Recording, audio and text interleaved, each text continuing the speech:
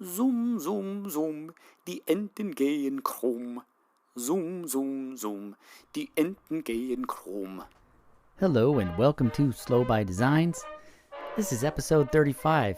Ei, das klingt recht hübsch. Nur verstehe ich es nicht recht. Denn ich bin ein wenig taub.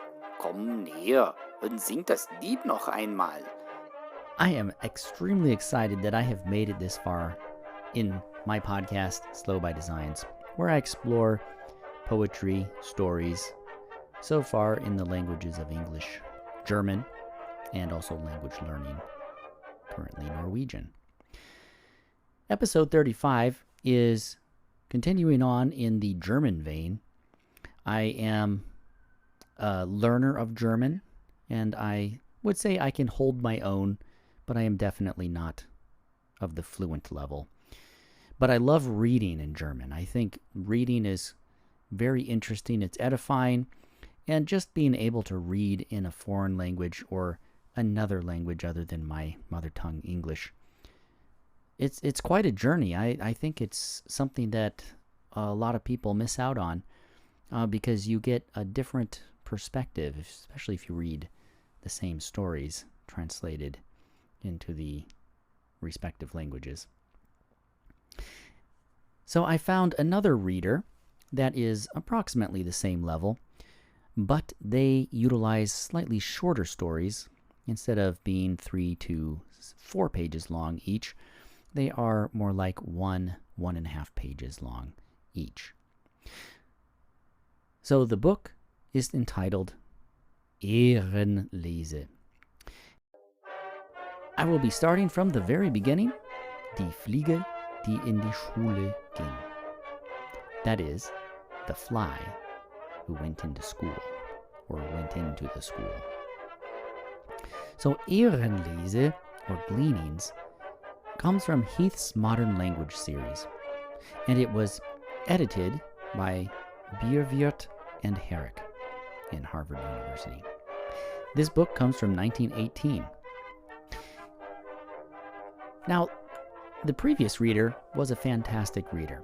The stories were a bit longer, and if you recall, the title of that book was Märchen und Erzählungen, and that was Heft 1 or Volume 1. Fantastic little stories, and with a glossary of the complete vocabulary, with some questions at the end, 50 questions to be precise, for each and every story. And it just so happens that it's quite similar in this new reader.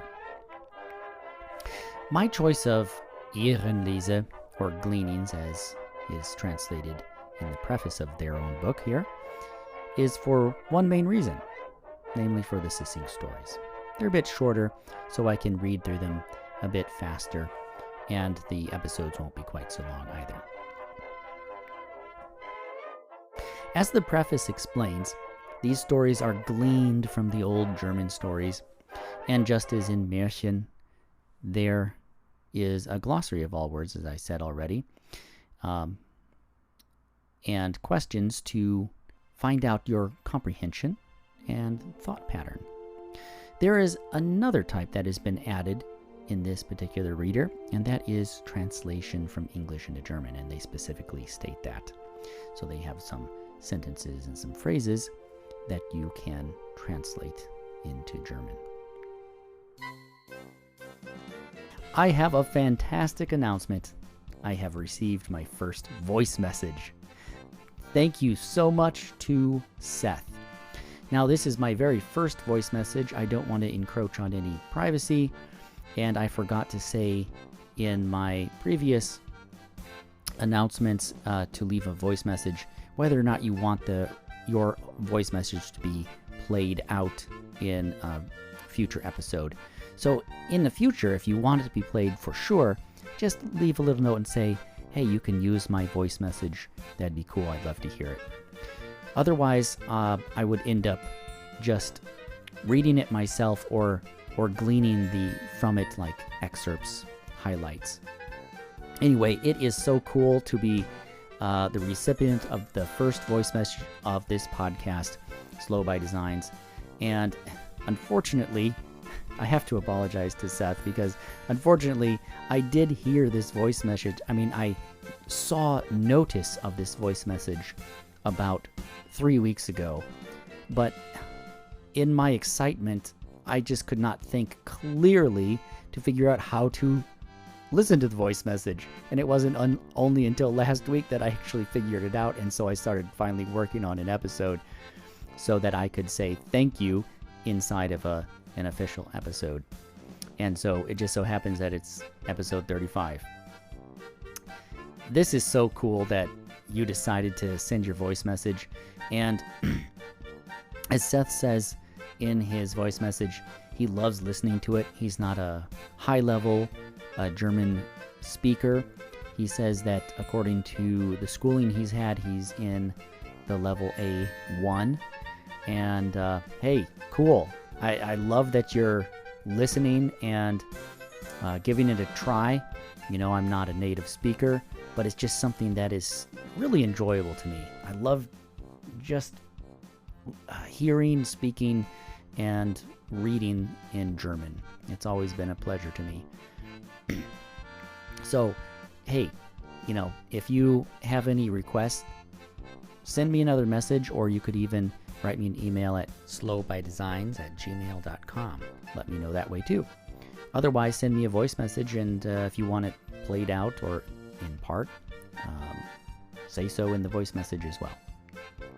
I mean, thanks for taking the time to record it. It really is, makes me feel good, and I really hope that you didn't take offense to how long it took me to get to acknowledging your voice message, but let it be known I was over the moon.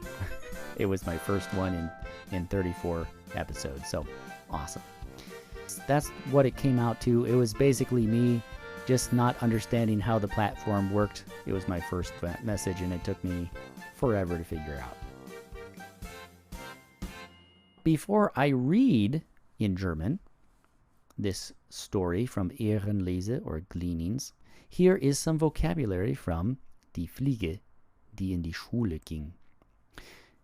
Just to make it clear, the definitions of these vocabulary words all come from the glossary of this book, Ährenlese, at the back of the book. Nummer 1, die Fliege. That means the fly. Nummer 2, ging, went. Ging is the past tense form of gehen. Nummer 3, dumm. That means stupid. Nummer 4, stumm. That means dumb or speechless. Nummer 5, krumm. That means crooked, bent. And interestingly, in parentheses, they have krumm gehen, which means to waddle. So this is a play on words. You'll be happy to know this, so be listening out for that toward the end of this particular story. Nummer 6, taub. That means deaf, hard of hearing. All right, now for the story in German. Die Fliege, die in die Schule ging. An einem heißen Sommertage flog eine neugierige Fliege durch das offene Fenster in die Schulstube. Da hörte sie die Kinder das schöne Lied singen. Summ, summ, summ, die Esel sind recht dumm. Summ, summ, summ, die Esel sind recht dumm. Or summ, summ, summ, die Esel sind recht dumm. Sie lernte es auch bald und dachte bei sich: Nun habe ich viel gelernt und kann mehr als alle meine Verwandten. Jetzt will ich in die weite Welt ziehen und den Tieren Gesangsstunden geben. Sie flog hinaus auf die Wiese, wo ein alter Esel weidete. Sogleich dachte sie: Das kommt mir wie gewünscht, setzte sich auf den Rücken des Esels und begann zu singen. Was singst du da? Fragte der Esel. Summ, summ, summ, die Esel sind recht dumm. Summ, summ, summ, die Esel sind recht dumm. Das klingt hübsch, sagte der Esel. Ich denke, dass ich es jetzt auch kann. Und weil du mich das schöne Lied gelehrt hast, so will ich dir zeigen, wie du viel schneller fliegen kannst als jetzt. Setze dich auf die Spitze meines Schwanzes. Das tat die Fliege, und sogleich schleuderte sie der Esel so hoch in die Luft, dass sie sich beinahe den Hals brach. »Der undankbare Kerl«, brummte die Fliege. »Ich glaube, er wollte mich umbringen.« Nun kam sie an einen Bach und setzte sich auf einen Grashalm am Ufer. Ein Fisch schwamm heran, und als sie ihn erblickte,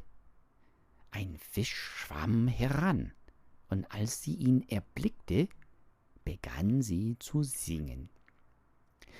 Summ, summ, summ, die Fische, die sind stumm. Summ, summ, summ, die Fische, die sind stumm.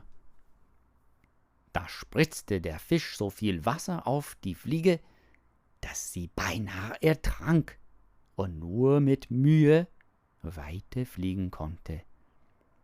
Gegen Abend begegnete sie einer Ente und begann zu singen.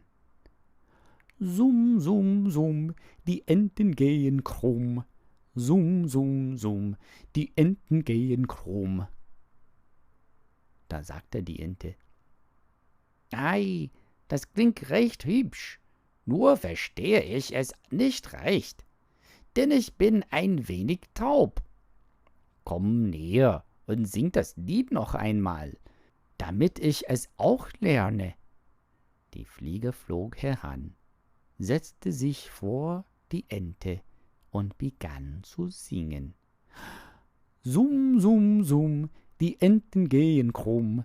Summ, summ, summ, die Enten. Da auf einmal klaps! Die Ente hatte die gelehrte Fliege verschluckt.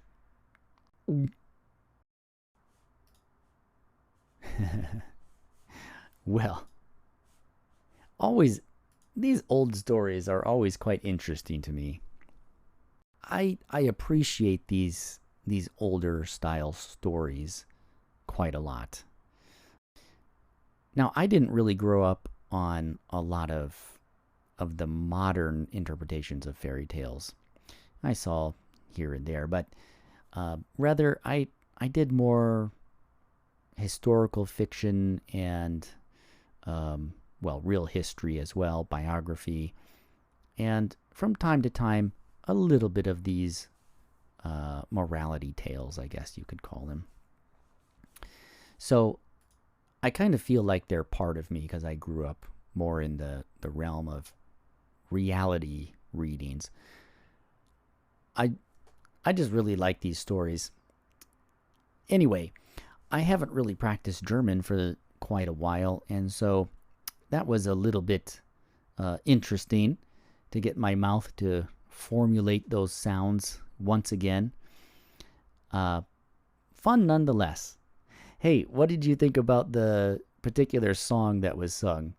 I'm no singer. I know music quite well, but I'm definitely not good at singing. And if I know the tune, I can keep the tune, but otherwise I have a bit of trouble. What would you sing? I mean, is there a real song, a real melody that goes with those lyrics? If so, please let me know. I would be very interesting to me. I actually know music quite well. I'm trained in the classical music world as a cellist. So if anybody does know about this song here that these children were singing in the schoolhouse, Summ, summ, summ, die Esel sind recht dumm. And that is translated, I would guess, buzz, buzz, buzz. The donkey is quite dumb or really stupid. That would be very interesting to me. As I've said already, thank you very much for the voicemail from Seth. I appreciate it immensely. And if anybody else has something to share, please do so. From time to time, you can hear that I do share my personal background, at least snippets of it. And for those that are just joining in, my name is Aaron. I have learned German. I started that process as a 12-year-old on my own, listening to cassette tapes and reading books that were accompanying the cassette tapes. And then finally I got to college, took some courses. Then I went for a summer to Austria, to a sister school of my university. And then I went for a year later on to the same school in Austria. You could say that I was fairly serious about learning the language. Thanks for joining me here on this episode number 35 from Slow by Designs. This is Die Fliege, die in die Schule ging, aus Ährenlese.